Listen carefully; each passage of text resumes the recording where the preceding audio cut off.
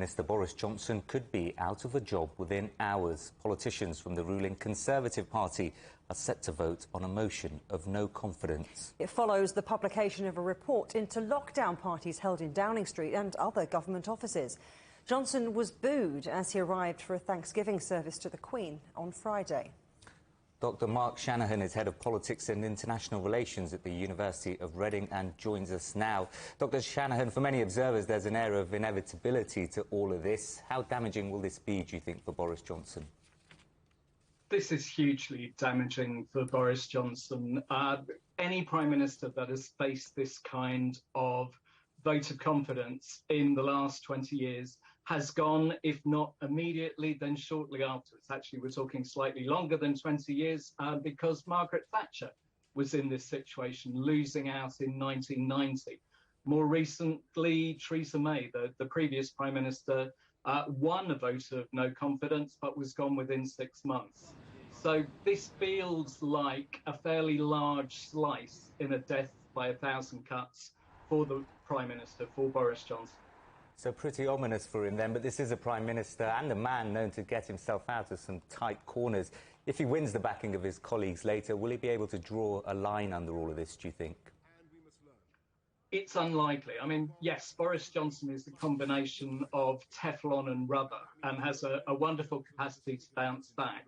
But in the recent months, the country has gone from loving the bit of a laugh Boris Johnson, who won the 2019 election, to pretty much loathing him, whether it is his policies or lack of them, lack of a clear plan, or his indiscretions, to wallpapering his flat, to most recently Partygate, and a report from Sue Gray that did not exonerate him.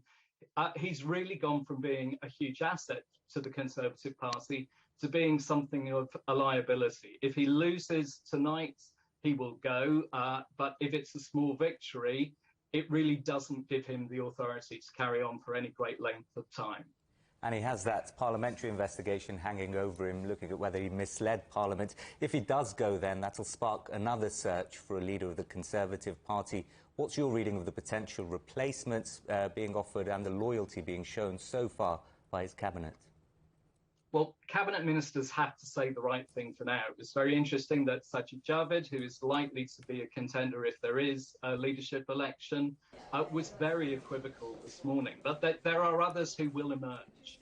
So Liz Truss, the Foreign Secretary, has a lot of backing within the party. Ben Wallace, the Defence Secretary, has had a very strong rise to prominence since the war in Ukraine began. Then you've got people like Jeremy Hunt, who's been here before, who was second to Boris Johnson last time round and has a very strong career as a minister. You've got people like Penny Mordaunt, who could be seen as a conciliation candidate, someone who could bring the party together.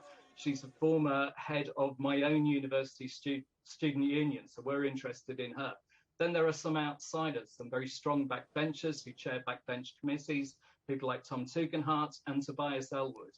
The issue for the Conservatives is there is no one clear anointee. Rishi Sunak, the Chancellor, could have been, but he's blotted his copybook recently.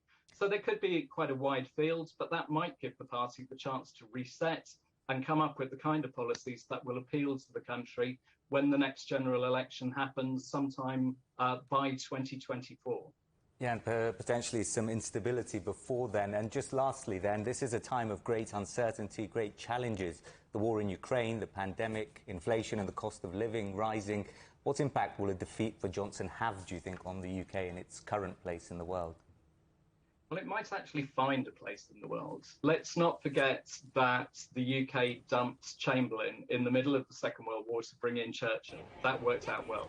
They got rid of Margaret Thatcher during Gulf War I. There is precedent for this. The actual direction of policy won't change greatly if a leader changes. Yes, there will be some small changes. There'll be changes in emphasis. Boris Johnson has not got many friends globally. He's quite divisive. And maybe the country needs some more stability and to find a way post-Brexit to carve out what global UK means today. OK, that's the view of Dr. Mark Shanahan, Head of Politics and International Relations at the University of Reading. Thank you.